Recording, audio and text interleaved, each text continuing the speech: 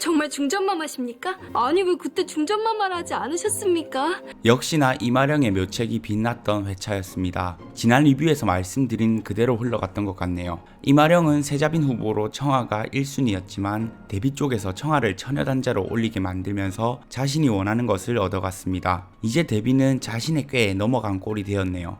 그리고 결정적인 순간에 청아가 이마령의 편에 서면서 데뷔를 무너뜨릴 수 있겠죠. 오늘은 세자가 된 성남대군과 세자빈이 된 청아의 이야기와 영모에 대한 스토리를 다루어 보겠습니다. 일단 또 한 번의 난관이 예상되는데요. 세자와 청아는 이제 꽃길만 걷는구나 싶었는데 첫날 밤에 세자는 참 냉담했죠.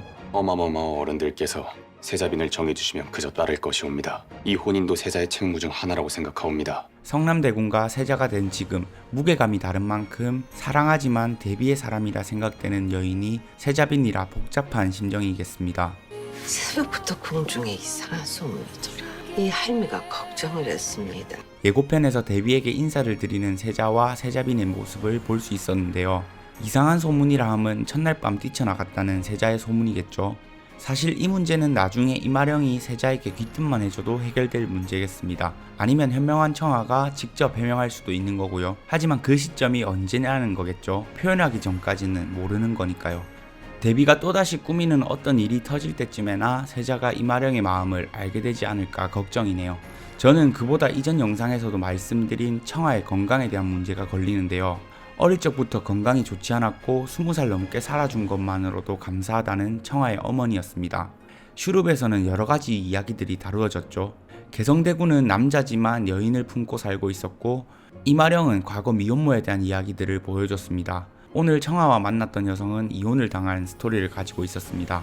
청아가 몸이 좋지 않다는 스토리가 나중에 이어질 전개에 영향을 미치는 것이라면 세자빈이 된 청아는 불임이라는 주제로 흘러갈 수도 있을 것 같습니다. 이번 세자빈 간택 때도 이 이야기들이 계속해서 나왔는데요. 이마령과 청아가 이야기할 때도 세자빈 간택 때도 칠거지약이라는 단어가 계속해서 등장했습니다. 아내를 내쫓는 이유가 되는 7가지 사항이라고 하는데 그 중에 아들을 낳지 못하는 것이라는 것이 포함되어 있죠. 건강하지 못한 청아가 아들을 낳지 못하거나 불임이라면 궁에서 쫓겨나고 데뷔는 다시 자신의 사람으로 채워 넣으려 하겠죠. 하지만 칠거지약이라는 창이 있었다면 방패인 삼불거가 있었습니다. 시부모를 위해 상을 3년 치렀거나 혼인 후 부귀를 얻었거나 혹은 돌아갈 친정이 없는 경우엔 칠거지약에 해당하더라도 함부로 아내를 내쫓을 수 없다고 하는데요. 사실 청아가 여기에 해당하려면 돌아갈 친정이 없어진다는 것이겠죠.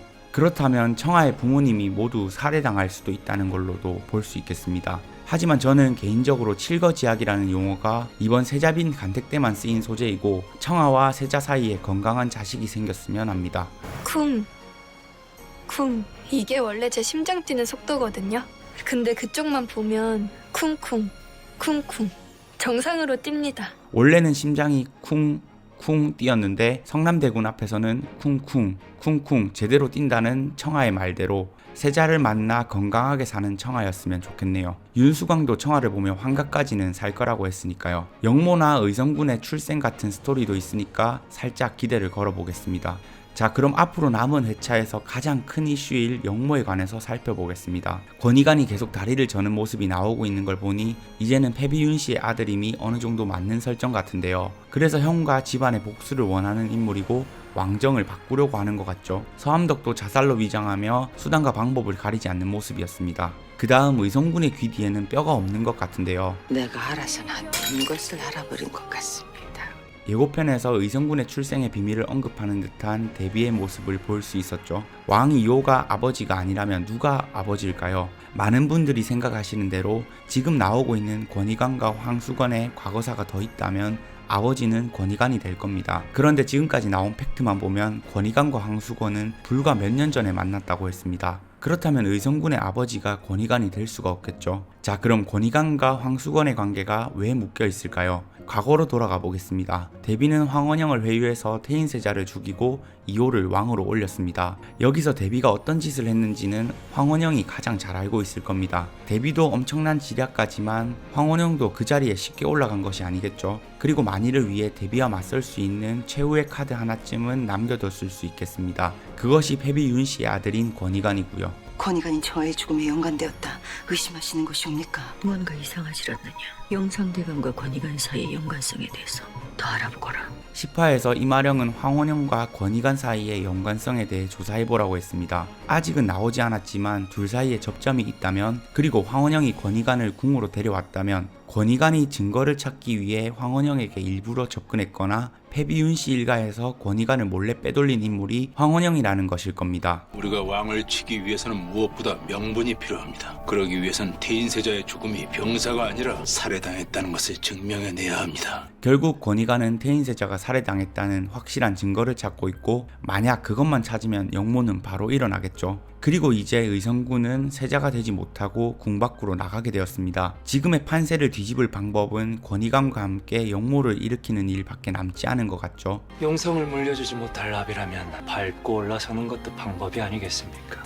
예고편에서도 권희관이 의성군을 꿰는 모습이 나왔습니다. 이 두 세력이 함께 한다면 권희관과 토지 선생의 입장에서는 영모를 일으킬 때 힘이 더 커지는 것이고 복수를 확실하게 할 수 있을 겁니다. 의성군과 황씨 일가에서도 의성군을 왕위에 올릴 수 있으니 서로 조건이 맞는 거래일 수 있겠죠. 결국 권희관이 황원영에게 일부러 접근했을 수도, 과거사가 얽혀 있을 수도 있지만 서로 묶이는 그림이 후반부에 함께 영모를 일으키는 세력으로 만들기 위함이지 않을까 합니다. 그렇게 보면 권희관의 아들이 의성군이라면 또 그림이 달라지긴 하더라고요. 권희관이 패비윤 씨의 아들이니 적통이고, 그의 아들이 의성군이라면 영모를 일으켜서 원래 적통을 찾는다는 그림으로 가는데 이상하지도 않을 것 같습니다. 개인적으로는 지금까지 나온 복서만 보면 권희관이 아버지가 아니고 뭔가 한기인이 딸을 낳아서 밖에서 아들을 데려왔다거나 유산을 했는데 이를 숨기고 이마령보다 먼저 자식을 낳기 위해 밖에서 데려왔다, 이런 쪽으로 가지 않을까 생각하는데 다음 회차를 더 지켜보면 좋을 것 같네요. 오늘 세자가 입은 골룡포와 왕이 입은 용포에 대한 이야기가 있었죠. 성남대군은 형을 죽인 동생으로 남지 않고 자신의 사람들을 지키고 백성들을 지키기 위해 세자가 되었고, 이호는 형의 죽음을 묵인하고 영모를 걱정하고 있는 왕의 모습입니다. 골룡포에 그려진 사조령과 용포에 그려진 오조령의 상반된 모습을 잘 그려준 것 같습니다. 이걸 보니 이제 곧 영모가 일어나고 이호에게 위기가 올 것을 암시하는 느낌이 들더라고요. 즉 이제는 의성군이 영모의 세력으로 붙게 되면서 세력 간 싸움의 양상이 조금 바뀔 것 같네요. 그런데 패비윤 씨는 이마령에게 한 가지 부탁은 꼭 들어달라고 했습니다. 어쩌면 이 부탁은 영모를 일으키려는 자신의 마지막 남은 자식이 죽을 수도 있으니까 설득을 해서 영모를 막아달라는 것, 혹은 나중에 목숨만은 부지하게 해달라는 것이지 않을까 생각해 봅니다. 자리를 되찾거나 복수를 하는 것보다 어머니로서 자식의 안전이 무엇보다 중요할 거니까요. 매회차가 흥미진진한 슈룹이라 다음 주가 너무 기다려지는데요. 저는 그럼 슈룹의 다음 리뷰로 돌아오겠습니다. 구독해주시고 저와 함께 슈룹을 정주행합시다.